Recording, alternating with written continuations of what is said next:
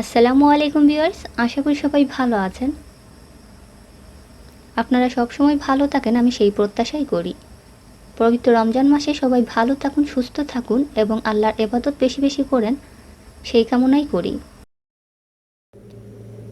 নিয়ে এলাম ঝটপট মজাদার একটা ইফতার আইটেম, আশা করি আপনাদের ভালো লাগবে। আর যদি ভালো লেগে থাকে তাহলে অবশ্যই লাইক দিতে ভুলবেন না। যারা এখনও আমার চ্যানেলটি সাবস্ক্রাইব করেনি অবশ্যই করে নেবেন এবং পাশে থাকা বেল আইকনে একটা ক্লিক করে রাখবেন। তাহলে আমি যখনই কোনো নতুন ভিডিও আপলোড করব সাথে সাথে নোটিফিকেশন আপনার কাছে পৌঁছে যাবে।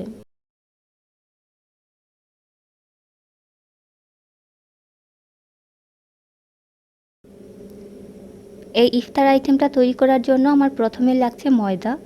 আমি এখানে 2 কাপ পরিমাণ ময়দা নিয়েছি। 2 কাপ পরিমাণ ময়দার সাথে নিয়েছি 2 চা চামচ পরিমাণ তেল, 2 চা চামচ চিনি, স্বাদমতো লবণ এবং পানি। প্রথমে শুকনো উপকরণগুলো ভালো করে মিশিয়ে নেব।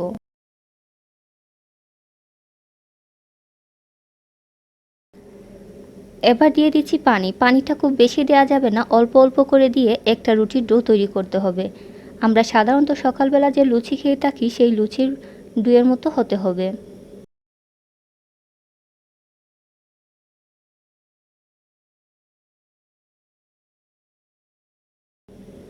দেখতেই পাচ্ছেন আমার ডোটা তৈরি হয়ে গেছে। এবার আমি এর ওপরে দিয়ে দিচ্ছি হাফ চা চামচ পরিমাণ সয়াবিন তেল। দিয়ে এটাকে আবার খুব ভালো করে মেখে 10 মিনিটের জন্য রেখে দিচ্ছি।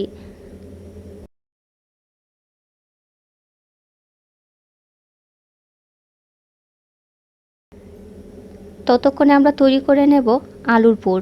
এখানে আমি নিয়েছি 2 কাপ পরিমাণ আলু। আলুটাকে সেদ্ধ করে খুব ভালো করে চটকে নিয়েছি।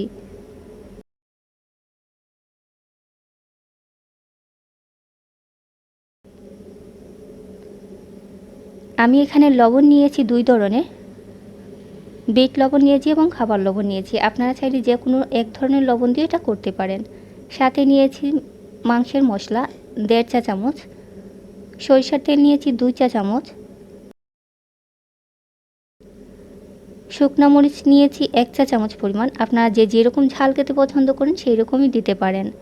যদি বাচ্চাদের জন্য তৈরি করে থাকেন তাহলে শুকনা মরিচটা অ্যাভয়েড করে আপনারা গোলমরিচের গুঁড়ো ব্যবহার করতে পারেন। গোলমরিচের গুঁড়ো কিন্তু বাচ্চাদের রুচি বৃদ্ধি করে। শুধু বাচ্চাদের না, বড়দের রুচি বৃদ্ধি করে। সেই ক্ষেত্রে আমার মনে হয় গোলমরিচটা দেওয়া ভালো, শুকনা মরিচটা বাচ্চাদেরকে না দেওয়াই ভালো। এবার সব কিছু একসাথে খুব ভালো করে মেখে নিতে হবে।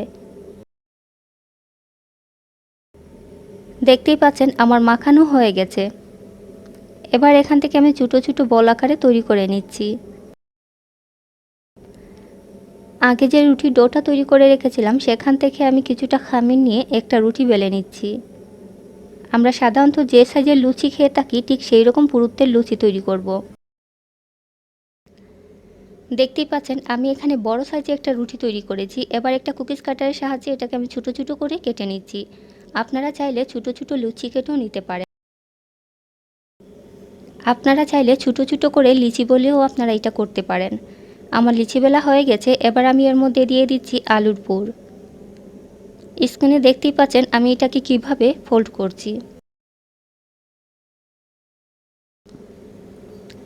একইভাবে আমি সবগুলো ফোল্ড করে নিচ্ছি।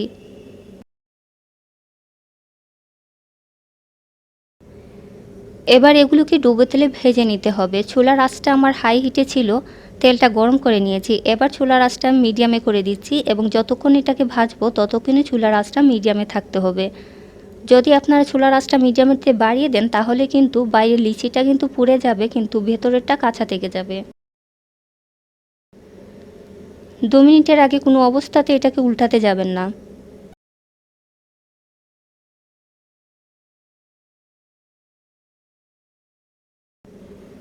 এবার আমি এগুলোকে উল্টে পাল্টে দিচ্ছি। কিছুক্ষণ পরপর নাড়াচাড়া করে দিয়ে উল্টে পাল্টে এগুলোকে খুব ভালো করে ভেজে নিতে হবে। একটু ধৈর্যের সাথে এটা করতে হবে, কারণ এটা চুলার আঁচটা মিডিয়ামে রেখেই করতে হবে। চুলার আঁচটা বাড়িয়ে দিলেই কিন্তু ভেজের অংশটা পুড়ে যাবে, কিন্তু ভেতরেরটা পুরোপুরি কাঁচা থেকে যাবে।